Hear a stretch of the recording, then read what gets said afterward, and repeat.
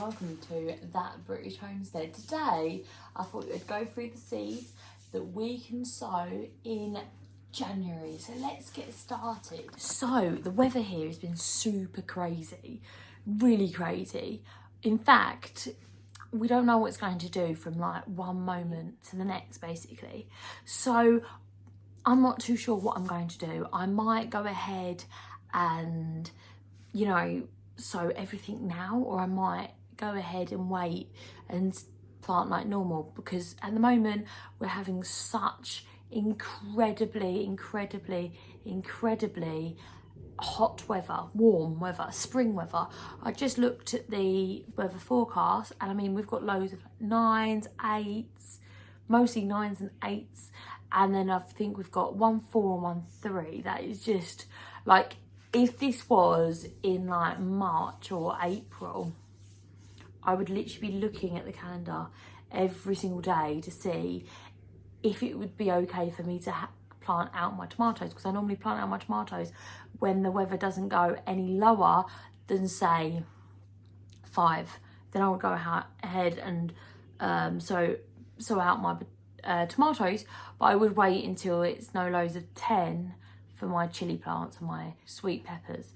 But I don't know, I think it has to get colder soon, but at the moment it's really unseasonably warm. If there was any possibility of this going through, you see, a little while, I don't mind, because I don't mind putting heat. I don't mind heating the greenhouse, but I don't want to heat the greenhouse for a very long time. I want to kind of heat it only for a few weeks, because propane is expensive. It is expensive to heat it. I think it cost me about £10 a week to heat it, which is not massive, don't get me wrong, but it is an expense that I do have to take into an account. Also, I have to buy and store all of that as well. It stinks and I end up stinking. And one tank lasts about a week in the greenhouse. Also last year I messed about with it. I shouldn't have touched it, but I messed about with it, turned it down because it was getting really hot. It was right by the end of the frosts, so we turned it right down. We had a surprise frost, and I ended up turning half of it off accidentally, and I lost loads of my seedlings, so that wasn't great, and it's kind of left a bitter taste in my mouth. I'm not 100% sure yet. It is still December, so I'm going to watch the weather forecast and see what's happening over that front. So I'm going to go through all of the bits that we could sow now. Okay, one of them is this Nirvana. Nirvana is a smaller red pepper. It looks like a bell pepper, but it's a little bit smaller. I thought great to grow in the UK because we don't really get very hot weather. I will be growing this again because last year we got a really unseasonable warm weather, and we don't know if that's going to be sort of the true weather or not of this. It was a very hot summer and I got absolutely fantastic peppers. I in fact was looking at my peppers. Remember, I've made Nando sauce, I've made fermented peppers, all of that sort of jazz, and I've got 3 huge bags of peppers. Absolutely massive they are. Okay, the next thing is healthy. Healthy is a pepper that is like a little snack pepper, as you can see. This is Plant World Seeds. Love this particular brand. Plant World Seeds, one of healthy, grew that last year. Gives you a little cute sort of snack pepper. Jazzy loves the snack peppers, another red variety, very sweet. I found it okay, as good as anything else. I quite like the snack peppers. However, the snack peppers, I have to say, the snack peppers, right? Oh my goodness, they produced a massive amount of peppers, probably as much as a California Wonder. I had 2 of these plants and I would say that was enough for all of us, probably for a year. It was quite a lot, so we were not worried about snack peppers throughout the summer, so that's something to bear in mind. Don't plant too many. The next one is King of the North. It's another smaller pepper. Once again, I decided to grow this one because of our climate. This works really well in colder climates, so it was something that I was quite excited about. Once again, Plant World Seeds. As you can see, it's a very well loved pack with water stains on, just for safe measure. This is pretty cool. I mean, it was a bit of a bargain. And you can sow this right the way up until April. You have 20 seeds in there, so that's pretty cool. Right, the next one is Curbster. This one is produced, made by Mega Seed Store, like that one as well. I buy seeds everywhere. I love pretty much most seed companies. If they have a good collection, I'll have seeds from them. But this is another good one. And basically, I'm going to be sowing this and a sweet pepper. I love sweet peppers. They freeze well. They're great in stir fries, roasted pepper, soup and things like that. I love. So I do try to grow quite a few peppers. I want to get them. You have to sow them quite early in the UK because, I mean, January or February. So that's where I'm going to be deciding where I'm going to be growing them by. Because if you don't grow them nice and early, then you won't get such a fantastic harvest because we have a shorter season than some countries. California Wonder. These are like my forever. I love you, California Wonder. California Wonder, people say are boring. By the way, these are for Mega Seed Stores again. People say that they are boring, but they produce really well. We had more California Wonder than you could shake a stick at this summer. It was fantastic. I really liked them. I was actually really concerned about California Wonder, wondering if I would get enough of a harvest. But it does seem like they are worth it. They are fantastic and they're worth the hype around them. But each their own, isn't it? These can be sown once again January, February. Keep away from the frost and they will be lovely. This one is a F1 hybrid. It's called Red King. Most of the other ones that I've been talking about is an heirloom. Heirloom means that it's a variety that if you pollinate it, hand pollination's best, or don't grow anything else around it, then you can get a true seed. This is an F1 hybrid, so it is actually a blend of two different things. There's nothing wrong with an F1 hybrid. It's just what it is. It's been cross-pollinated. So this is a smaller one again. It's another snack pepper.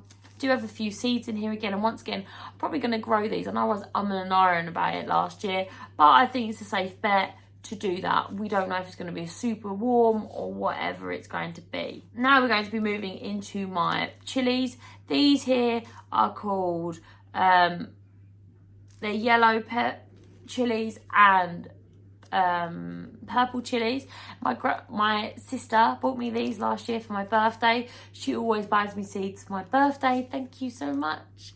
And I sowed these last year and got a few off of them. They are pretty good sort of bird's eye chilies, really important for making that peri peri sauce, so that's very exciting. These ones here, this plant it was just fab last year. I do want to pickle some of these. These are paprika. I've had them pickled before, and who doesn't like a pickled pepper? Peter likes a pickled pepper. And they're really great for sowing, so I'm probably going to sow quite a few of these bad boys and have them for drying, pickling, and just general eating. I eat a lot of peppers and I love fermented pickles as well. And then we have some of the ones that I saved this year. These are what I've called crinkly chilies. I'd love to tell you what they were called, but I have no idea. They're really prolific. I'm trying to overwinter these as plants, but we'll see if they work. It's kind of hit and miss, isn't it? It's a bit scary, but I will let you know and carry you along. If it does work out, I'll show you the whole process. But at the moment, I'm still waiting to see. It's a long, long way until spring, so we will see. Oh, there's another packet of crinkly chilies. Sorry, I didn't get rid of those. These ones are ghost chilies. I grew these this year in my greenhouse. They produce little tiny, very, very spicy chilies. Red ones that I harvested and dried. I saved the seed from them bad boys. These are my sweet pepper ones that I saved. I think they're California Wonder. You should get so many seeds from California Wonder. What is the bad bit of California Wonder? You've got all of these seeds, which is awesome. You get huge peppers, which is awesome. They are really prolific, which is awesome. I don't see the downside of them. I really don't. However, saying that, they are known for being quite boring, but I just don't see it. Oh, also, because I've got like big peppers like this big, you can stuff them, and the stuffed peppers are awesome. Really cool. I've just bought a recipe of seasonal recipes, because the problem is when you have a recipe book, like you're reading it and you're like, oh yeah, that'd be great, but none of that grows this time of year and I eat seasonally. So I bought myself like a seasonal recipe book. I'm very excited about that. I don't know what I'm telling you, but I've decided to pop it in the bathroom and have a little read every time, you know, you go in there in the bath, just be like, oh, that's fascinating. Started off the winter section because that's where we are now, but I think that's really cool because there's lots of times where you do eat seasonally and you're like, oh my goodness, eggplant would be great in lasagna if it wasn't December, you know. So although we do preserve some of the stuff, it'd be better to have it, you know, in the sort of in the season. So I'm quite excited about that. Some ways to use my cabbages. And next one is jalapenos or jalapenos. I like to say it with the J because I think jalapeno sounds much, I don't know as well I pronounce it. Anyway, these are awesome. These are probably my favourite chili.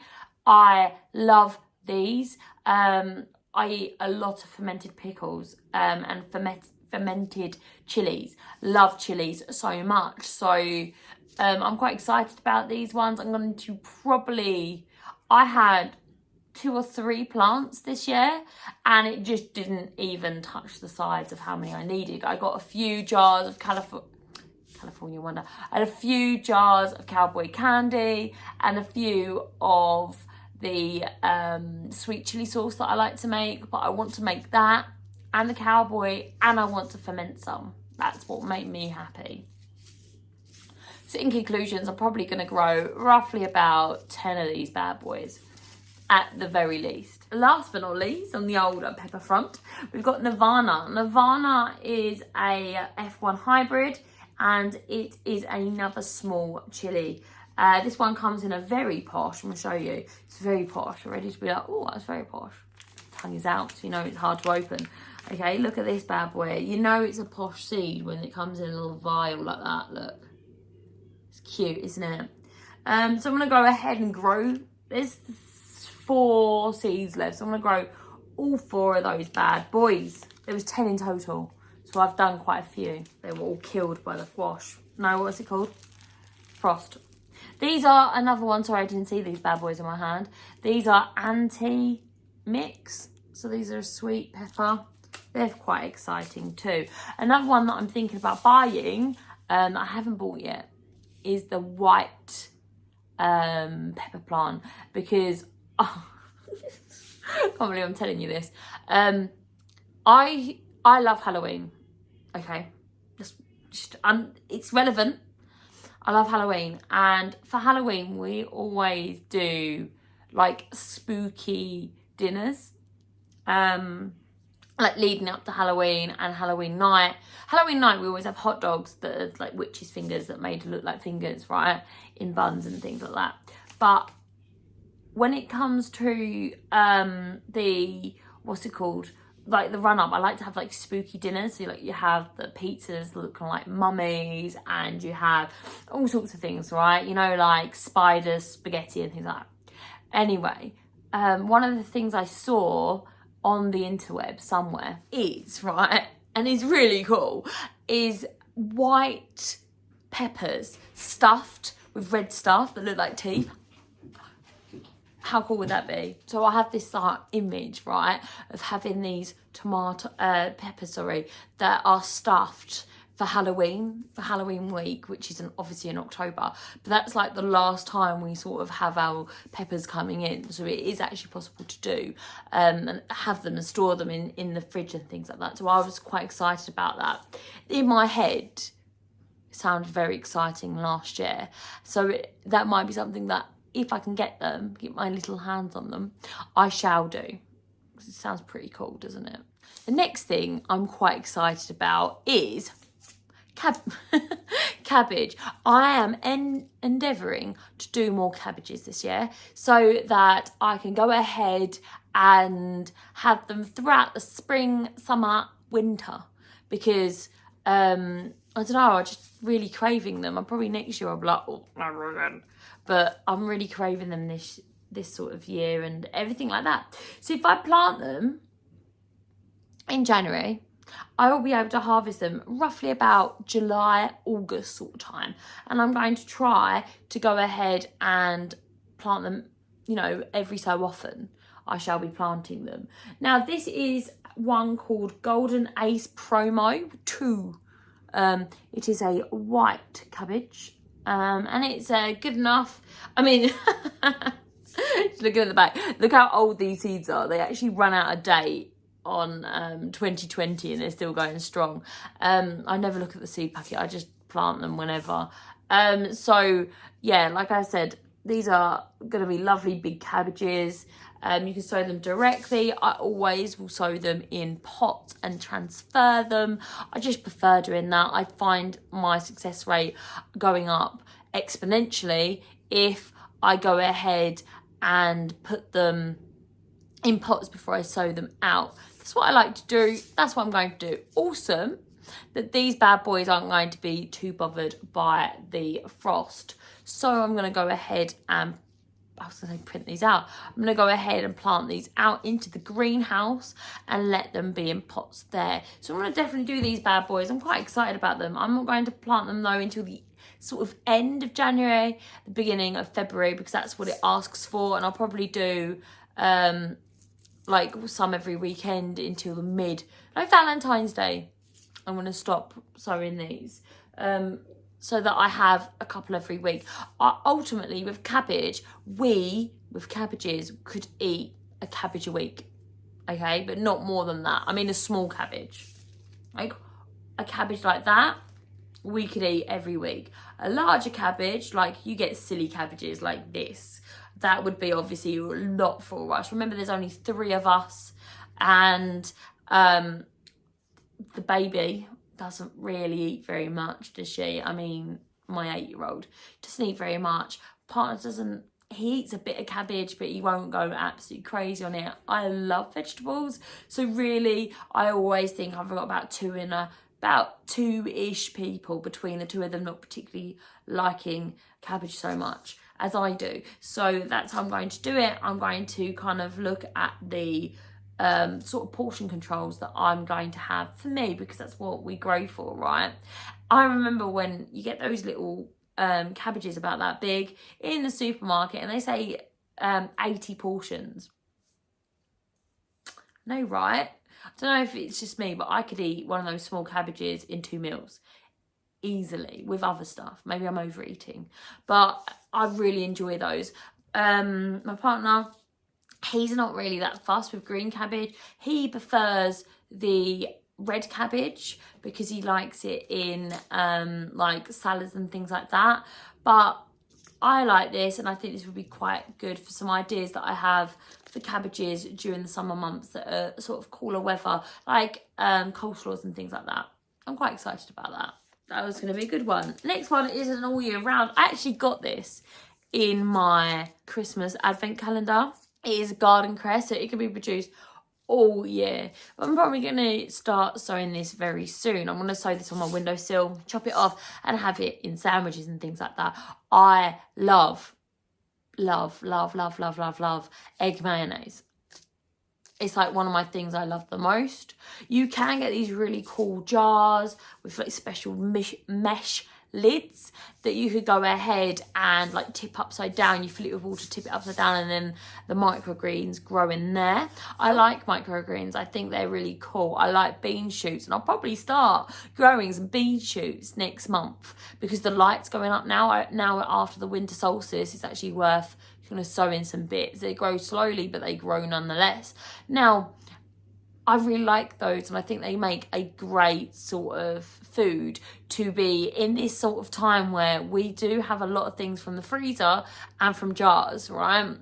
I actually spent all day cleaning out the garage and going through and cleaning all my jars because they get dusty and tacky, and sometimes I don't wipe them down properly. I mean, the whole summer is just a blur, really. And I've also canning the last of my tomatoes. I know I probably have enough to do an entire canner's worth of tomatoes tomorrow. So exciting stuff, I do know. But it gets to the point where I kind of want something fresh. And microgreens are great ways of incorporating something fresh into our diet, because you can put things like lettuces and things like that. They overwinter fantastically. I mean, I have literally scraped snow off of lettuce and had lettuce underneath, which is great. But also, it is nice to have something that's also crunchy and nice like that. Alfalfa's a nice one as well, with quite a few alfalfa seeds knocking about that I will put in. Is like a little spicy bite. Also, mustard seeds are great. Spinach, great. Coriander's a nice, great one that gives a little bit of a bite to a salad. Wintry salads. Obviously, baby kale leaves and things like that are also, because they overwinter so well, it's a great way to kind of have those. We have those in our front garden. I mean, what else do you have in the front garden apart from kale? Obviously kale. Obviously.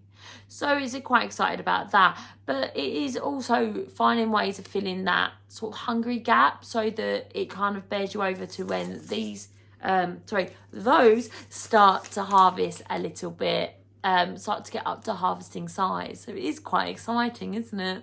Another thing I almost forgot, almost but not quite.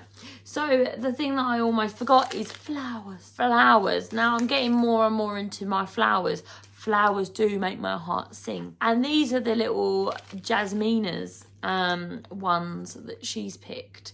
So this one is a sweet pea, creatively called White, as you can see. I've got these for 10p.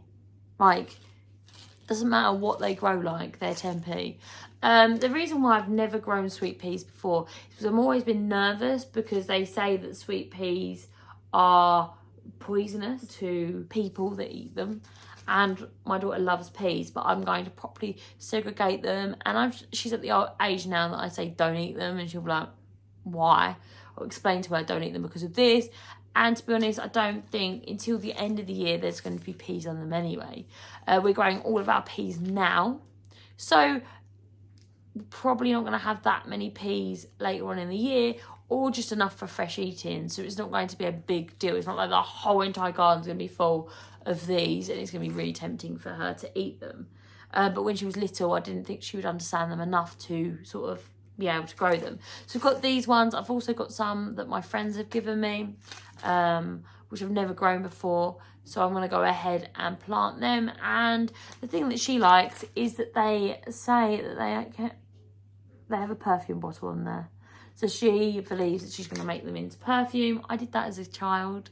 I don't know if you guys did it. My great aunt, my nan's sister, she used to have us over, and she used to get those big, you know, the huge milk jug things, you know, the 6 litre ones, 6 pint ones, sorry. And she used to fill those up with water, and we used to pick rose petals and put them in there and crush them up. We used to spend the whole afternoon doing it, and it was really great. I don't actually remember what happened to our perfume once we've made it, but it was just a great experience making it. So I hope to do that with these and some other flowers that we're going to grow over the spring and summer, because that just sounds like an awesome experience. And I mean, I'm now 31 and I still remember being that young and really adoring that experience. And that's why we do this, isn't it? To have those experiences with our children and one day our grandchildren. It'll be great. So that's quite exciting for me personally anyway. I know it just means it smells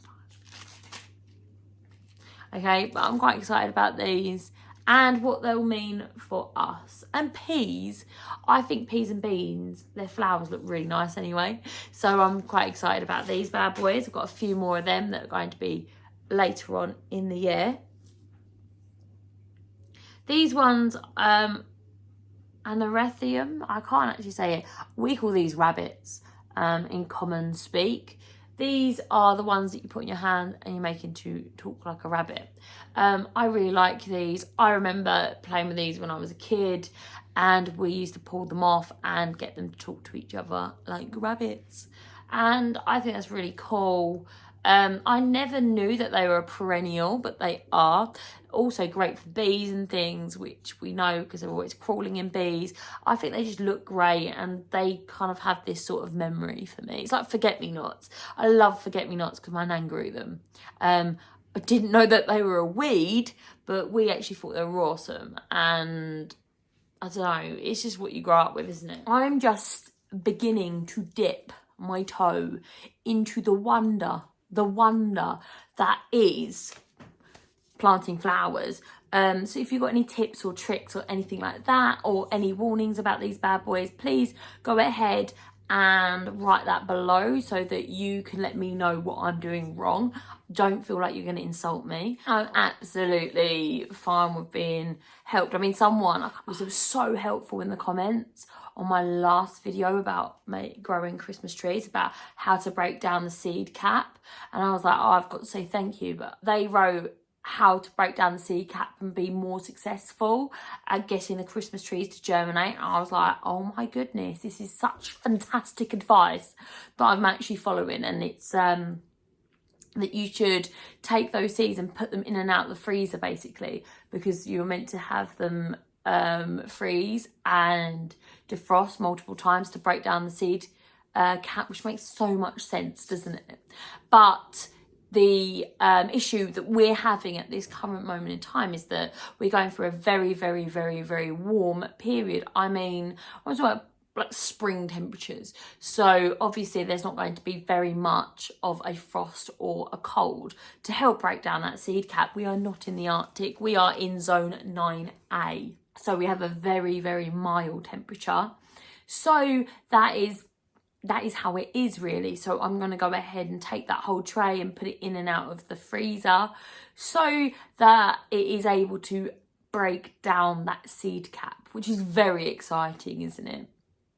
I don't know. But I'm quite excited about the idea of having those Christmas trees. I don't know, there's something romantic about it.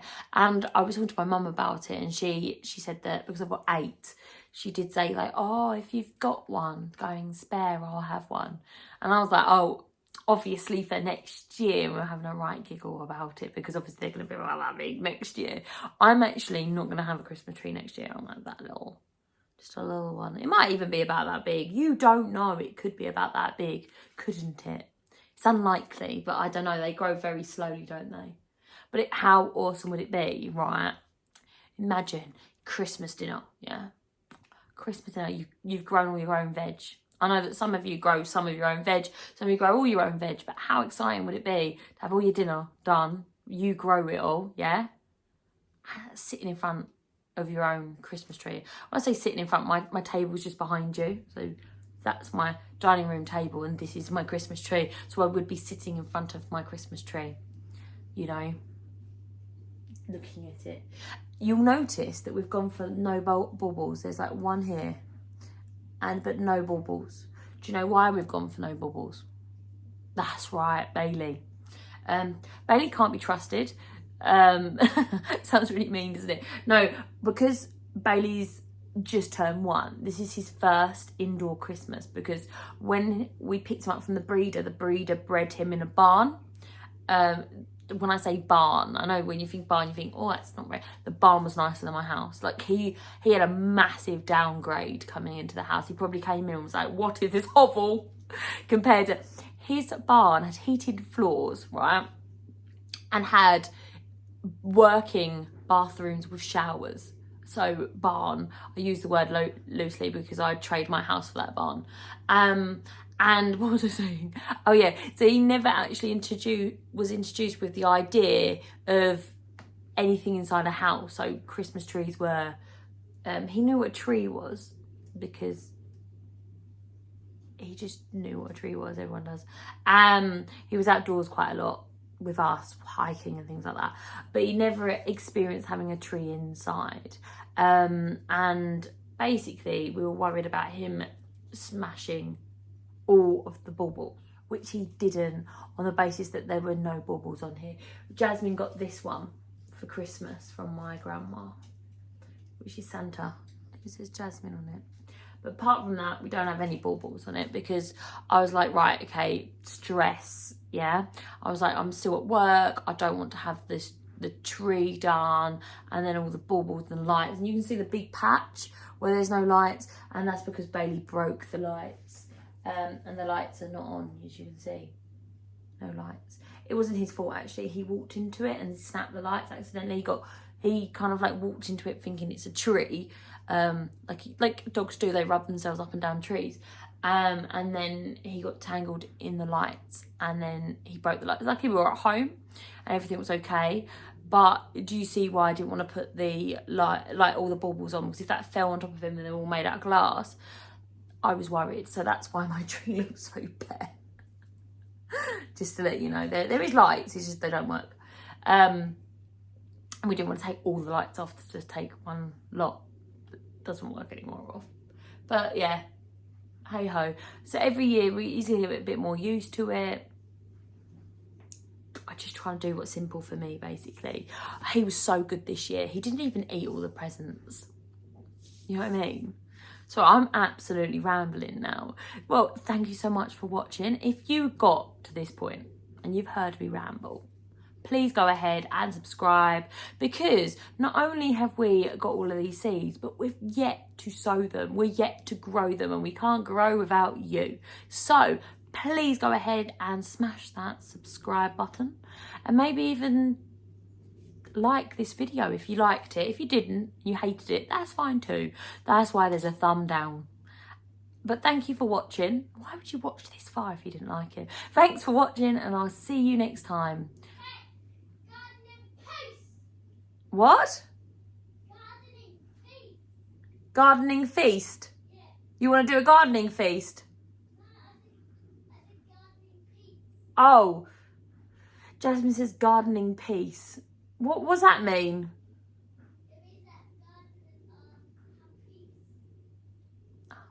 She wishes you garden peace. Till next time. Bye-bye.